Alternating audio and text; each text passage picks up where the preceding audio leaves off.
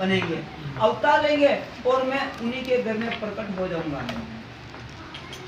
तो आकाशवाणी हुई कि अब आप जाओ, और जैसे ही भगवान प्रकट हुए तो जितने भी देवी देवता हो सब जाकर के राम जी आ रहे तो आने की तैयारी कर लो। कर दो। अब भगवान आ रहे तो भगवान के आने की तैयारी कर दो। आप लोगों ने भी की है कि आज भगवान आने वाले हैं तो तैयारी की है ना, और तैयारी के लिए आप लोगों ने मेहनत भी बहुत की है ना, बोलो ना। हाँ की बाबूजी, कमी है इसमें, नहीं कमी को नहीं, लाडू खाता मन मोटा कमी नहीं होती तो बोल जाता है एकदम, कोई न कोई तो कमी है ना। तो भगवान आ रहे तो कहा कि आप तैयारी में लग जाओ। देखो जब भी ऐसी कोई बात होती है कि भगवान आने वाले हैं तब जीव का हृदय कैसा होना चाहिए, मन कैसा होना चाहिए? खुशी, खुशी, गदगद, गदगद। लेकिन इसका मूल्यांकन करना, थोड़ा मंथन करना। जब राम जी गंगा की नाव में बैठने गए थे केवट के पास में नाव मांगने, तो वहां पर निषाद राज गुरु ने कहा कि नाविको भगवान आने वाले हैं, जिसकी नाव अच्छी होगी उसमें भगवान बैठ जाएंगे। तो आप सभी अपनी अपनी नावों को सजा दो। तो क्या किया सभी नाविकों ने?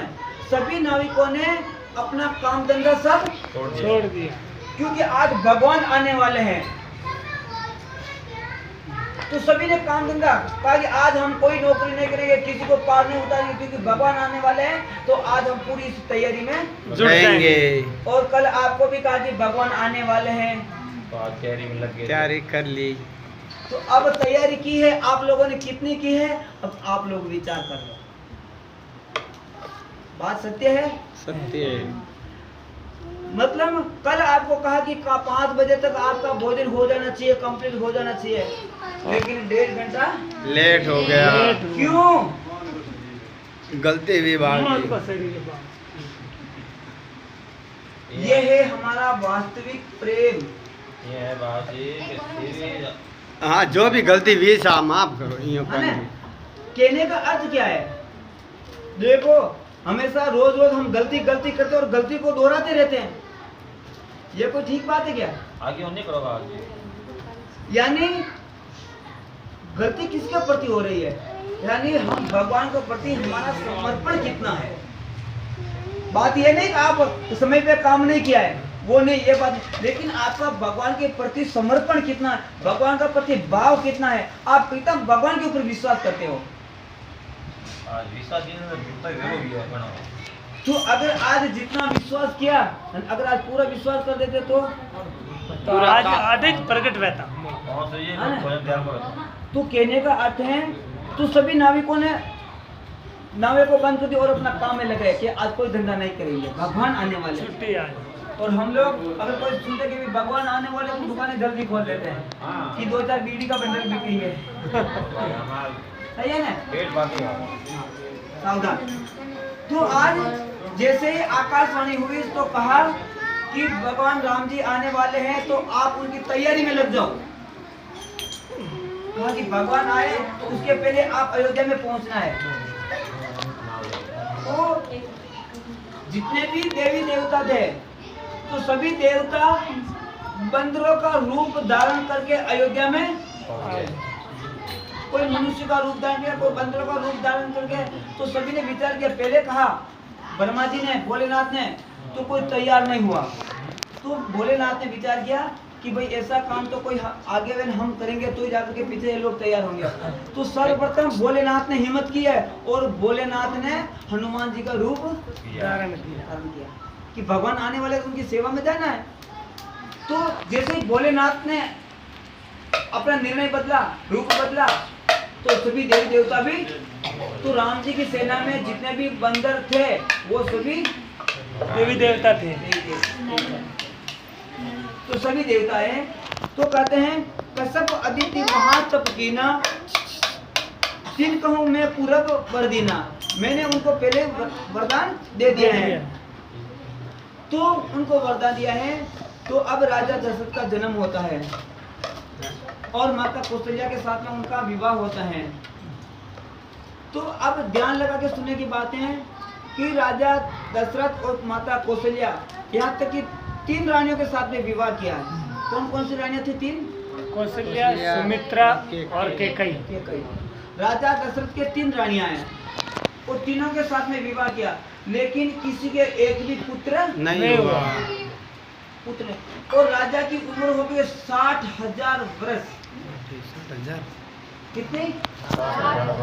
60,000 वर्ष की उम्र हो गई है, लेकिन कोई संतान नहीं। तो अब आप विचार करो कि जिसके संतान न हो, लोग उनका मुंह नहीं देख। अब ये शास्त्र कहते हैं। तो अगर कोई माता बहन के अगर कोई संतान न हो, अगर कोई शुभ काम के लिए जाते हैं, बाहर निकलते हैं, तो लोग उनका मुंह नहीं देख। सही है गलत है? सही है। तो बताते हैं, क्या बताते हैं कि तो एक बार राजा दशरथ को भी गलानी हुई है। क्या गलानी है?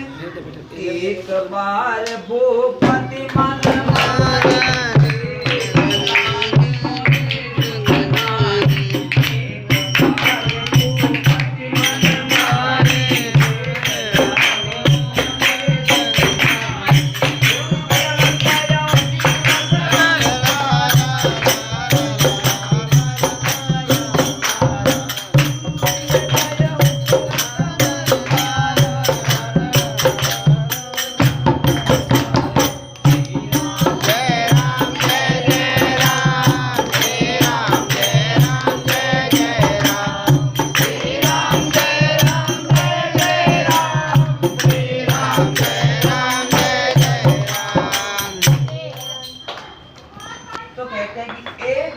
भूपति मन माही वे गलानी मोरे सुत नहीं।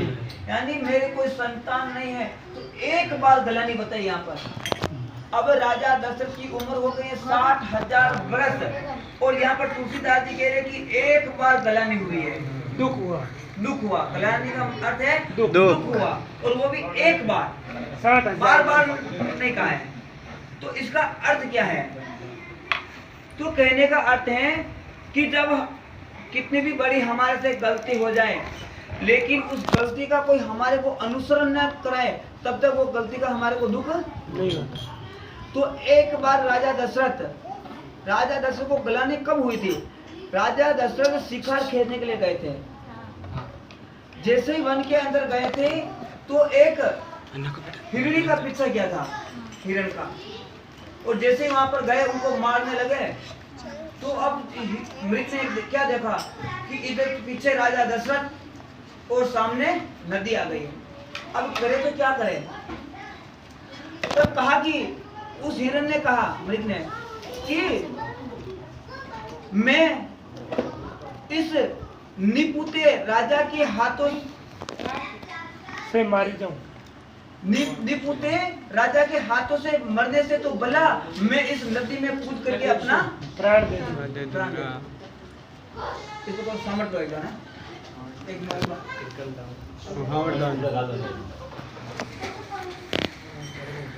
तो जब ये हिरणी ने एक बात कही मृग ने, तो राजा को बुलाने हुई कि अरे ये पशु पक्षी भी मेरे बारे में ये सोचते हैं, हाँ, तो इंसान क्या तो इंसान क्या सोचेंगे? राजा दशरथ अगर किसी को सुबह उठ करके निकलते हैं, अगर कोई खेत बोने के लिए निकलते हैं, दर्शन कर लेते तो वो वापस घूम जाते थे कि आज बायोड नहीं होंगे, कि अगर आज हम कुछ बोएंगे तो उगेगा नहीं। इसी तरह से जब हिरणी के मुंह से ये सुना कि मैं अपने प्राण इस नदी में कूद करके त्याग दूंगी, लेकिन राजा के हाथों से नहीं मरूंगा, तो उस दिन गलानी हो गई है। दुख हो गया कि पशु पक्षी भी मेरे से घृणा करते हैं। और एक घृणा का पश्चाताप से राजा दशरथ कहाँ गए? गुरु पर माऊ काटनी पड़ी। राजा दशरथ गए गुरु गृह गए तुरंत महिपाला, यानी गुरु के आश्रम पे गए।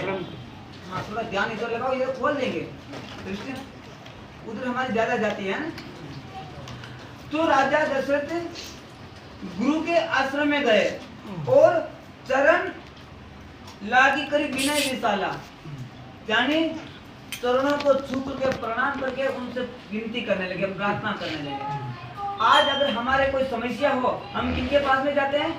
गुरु के पास में नहीं जाते हैं, हम भोपाल जी के पास में जाएंगे, टोने टोटके के वाले पास में जाएंगे, बकरिया होता है। हाँ? वो कोई तो जीव जंतु की हत्या के बारे में कहेंगे, कोई कोई कहेगा गले की दारू चढ़ाओ, कोई क्या बताएंगे। हाँ? हम उन लोगों के ऊपर विश्वास कर लेते हैं जिन देवता के बारे में उनको कोई जानकारी भी नहीं होती है। नहीं होती। लेकिन शास्त्र बताते हैं राजा दशरथ को वो भी चाहते तो किसी भी गोपा के पास में जा सकते थे, तांत्रिक के पास में जा सकते थे, गुरु के पास। लेकिन नहीं गए। गुरु वो गए गुरुजी अपने के- गुरुजी जी के के पास। पास और अपना दुख अपने गुरु को सुनाया। और शास्त्र कहते हैं, संत महात्मा कहते हैं कि अपना दुख या तो भगवान को सुनाना चाहिए या गुरु को। या गुरु को।